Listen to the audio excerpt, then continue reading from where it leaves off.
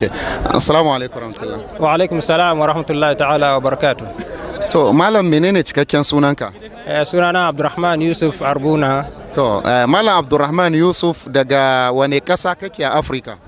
Na fito kasan Ghana daga mantika da ake ce mata Kumasi. Daga Kumasi ko? To kana cikin ɗalibai da suka gama karatu wane mataki ne kai? Kayi matakin digiri ne ko masters ko PhD?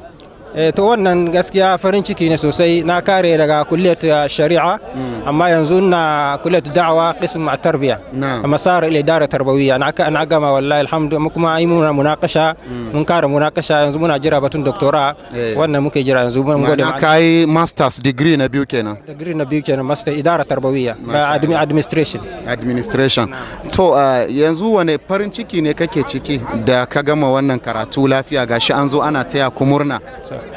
Alhamdulillah mun gode ma Allah sosai wanda ya gwada mana ranan ga wannan kuma babbar rana ne duk wanda Allah ya gwada mu ya kamata ya gode ma Allah sosai saboda mutum ka kare 4 sanawat ka kuma kare magisterin ka masters wannan gaskiya wani abu ne ya kamata mutum ya gode ma Allah sosai ya san kama Allah ya bashi babban nema kuma wannan ya kare ya kamata shi ma ya gaje da ya isar da neman da Allah subhanahu wa ta'ala ya bashi zuwa ga yan uwan shi na'am masha Allah.